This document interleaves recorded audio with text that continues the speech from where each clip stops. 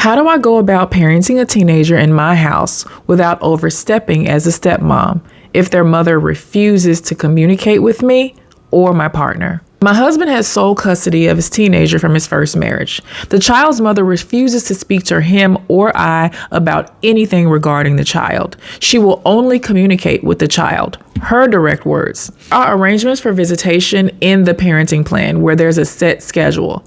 The mother will only call the child's cell phone to make arrangements outside of the schedule, and the child is left to then tell or ask her father or I what her mother is saying and convey her mother's words and wishes. My stepdaughter is put in the middle too much, and the stress is not good for her. But at the same time, my stepdaughter is starting to take advantage of her mother not talking to us and her mother having absolutely no rules. Another parent approached me at the recital because she wanted me to know that she's not okay with our teenage daughters being out at Taco Bell at 1 a.m. She was aware that my stepdaughter was with her bio mom and it was her mother's parenting time, but she has concerns about her own child being over there with bio mom and was telling me so that I knew about this. My stepdaughter on occasion has actually said, well, it's my mom's weekend, so I can stay out all night if I want. So collectively, my partner and I decided that there could be no more visits. And we explained to the mom that it's not good for the child's mental health, so we're going to step back, and moving forward, the adults can establish communication from there. We told her that this kid deserves better, so that we're all going to take a break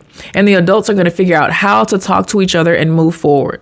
This was 10 months ago. We've not been in any sort of contact with the bio mom. She's not sent a single message by phone, text message, letter, email, or anything. She's never shown up to our house, the school, not a ballet recital, nothing. But 8 months ago, she did send her daughter a DM on social media and said, "Why are you doing this to me? Call me."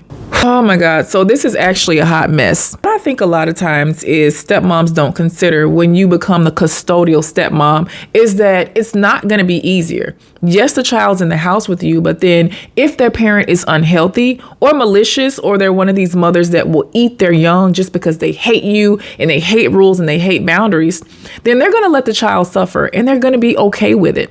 They don't mind letting this child disrespect the home. They don't mind causing division. They don't mind or care about or even acknowledge the effects and the ramifications on their own child's mental health of being just thrown in adult business. I say this all the time and I'm going to stand by it. A child should not have to manage anything to do with child support or their own visitation. Until they're old enough to get their own car, have a summer job, or they express some disdain about switching households, then it's our responsibility to take the pressure off the child and just let them know where they're going to go. Kids love structure. Children thrive off structure. We all know some children who lack structure and whose parents refuse to do that for them. And look how that's working out.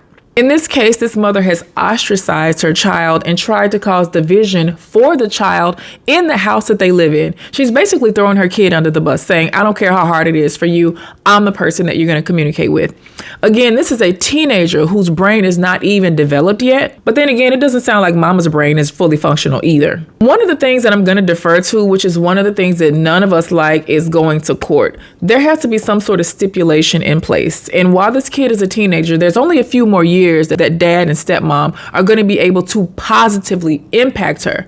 Because in a few years, what's going to happen is she's going to see that there's not a lot of rules at mom's house. Mom is the fun parent.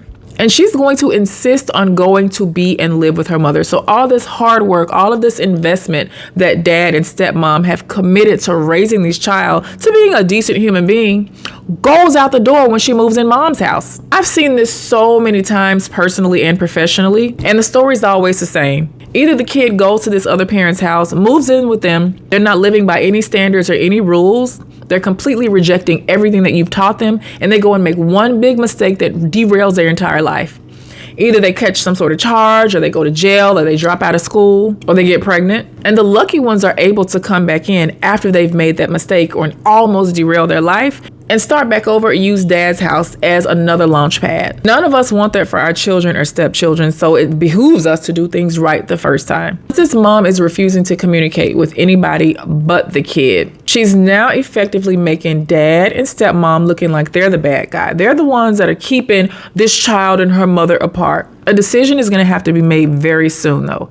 Are you going to be the ones that are allowed to be blamed? Are you going to give up and let your stepdaughter fly and figure it out on her own? And maybe she'll see what type of person her mother is before she messes up her own life or gets herself in a position that she can't take back. Or are you going to duke it out in court? No matter what, co-parenting, no, this is not a co-parent. This is a counter-parent. No matter what, when you have a counter-parent, somebody that is trying to undermine and destroy every single thing that you do for their child, even when it's in the kid's best interest, that is such a tough road and tough journey.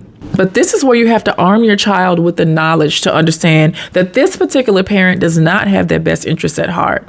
And I know it's hard because they love them. Their soul is connected to this human being. And I'm not saying down talk the parent, but you got to be so good and so strategic about how you expose this child. Get them in therapy. They need to be seeing a professional. And ultimately, we all have to accept that we don't own our children. We experience them. And sometimes we are the ones that facilitate good and bad experiences for them. It's a time to step off, look at the big picture, and look at it from this particular child's perspective. They are desperate for a relationship with their mother, so much so that they're going to start emulating her behavior. Put some rules and boundaries for your household in place. And if you see that your stepchild is rejecting every single thing that you do, you might have to go and incentivize them to go and live with their other parent. Sometimes children just need to see that the grass ain't always greener on the other side. Do let them know that your house will not be a revolving door, but they're welcome to come back when they see that it's not working out. My name is Coach Naja Hall. I'm the founder of VIP Stepmom, which is a private members-only community for stepmoms. We have an entire library of knowledge and information from expert guests, courses, ebooks, vlogs, blogs. None of this stuff is available publicly on the internet because you know why. And if you work with me or had a coaching session with me, then you understand how it goes. Joining VIP Stepmom is kind of like having me in your back pocket. Thank you so much for watching, and liking, sharing, and following me everywhere on social media always helps me to kind of stay ahead of the algorithm. Peace.